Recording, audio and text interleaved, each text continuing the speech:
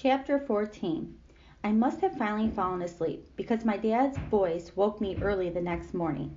"Out of bed, Hank! Breakfast in 5," he called, knocking on my door. Usually it takes several warnings to get me out of bed, but I jumped up and yelled back, "I'm way ahead of you, Dad." I went to my desk drawer and pulled it open. Nothing had changed overnight.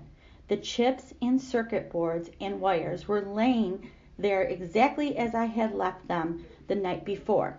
How come in fairy tales magic elves arrive in the night and put everything back the way it was?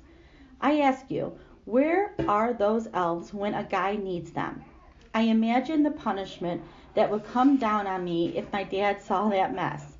My dad always says the punishment should fit the crime, and I had a horrible feeling my punishment for taking away his television would be that he'd take away mine whenever it was finally working again.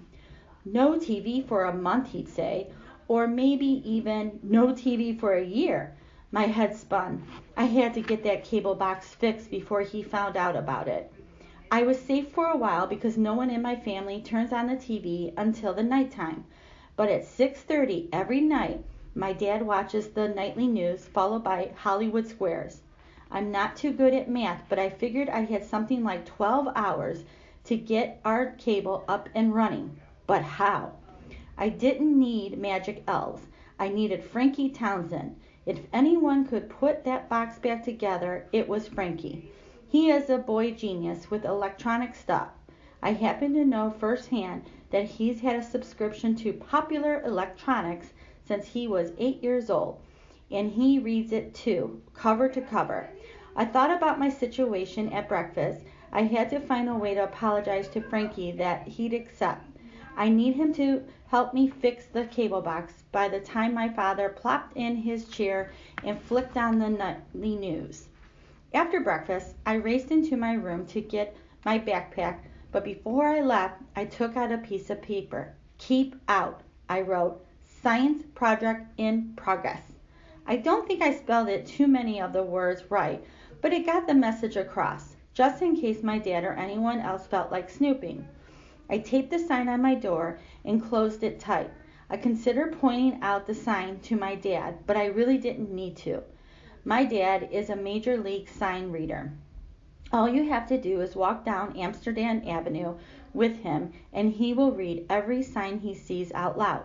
Harvey's Pizza, $1 a slice, Kim's Korean Market, fresh roses today, Big Apple Laundromat, free dry with wash, Manhattan Bagels, 2 free when you buy a dozen.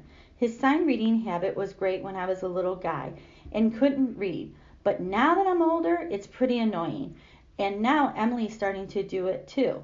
Maybe there's a gene for annoying oral sign reading. I hope I don't pass it on to my kids.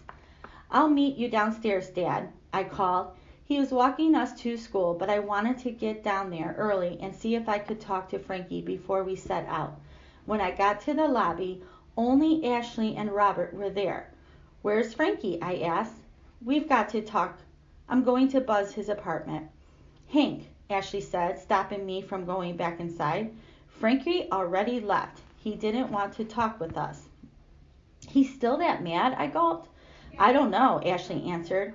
"He just took off with his dad." "Listen, Ashley, we've got to figure out how to get Frankie to talk to me again. Give me a day or two. He'll get over it," she said. "I don't have that much time," I said. "I need him now. He's got to help me fix my cable box by tonight." "I can fix a cable box," said Robert. "Can you really?" I asked him. "Sure," he said. "Call the cable company and ask for a new one." Then he laughed. Great. Now Robert was developing a sense of humor. Just when I needed him to be the nerd he's been there, he's turned into Captain Wisecrack. "Actually," he said, "anyone can get a new box. My mom just got one for the TV in her room. It was the perfect solution. I'll call the cable company right after school and ask them to bring over a new box." My dad and Emily arrived downstairs with Cheerio on a leash. When it's my dad's day to walk us to school, he always brings Cheerio along for the exercise. He likes to sniff the sidewalks and curbs. Cheerio. That is, not my dad. We headed down Amsterdam Avenue and I was already feeling much better. "It's great. when you find a solution to a problem. It's like someone has lifted a huge sack of potatoes off your back. Robert, I whispered, you're an all right guy, even if you do wear a white shirt and tie to school every day. He reached out with his scrawny little arm and threw me a fake punch in the arm. Boy, is that kid weak. By the way, buddy, he said, it costs $58. What does? The cable box. Actually, $58.40. Robert, why didn't you tell me this before? You didn't ask.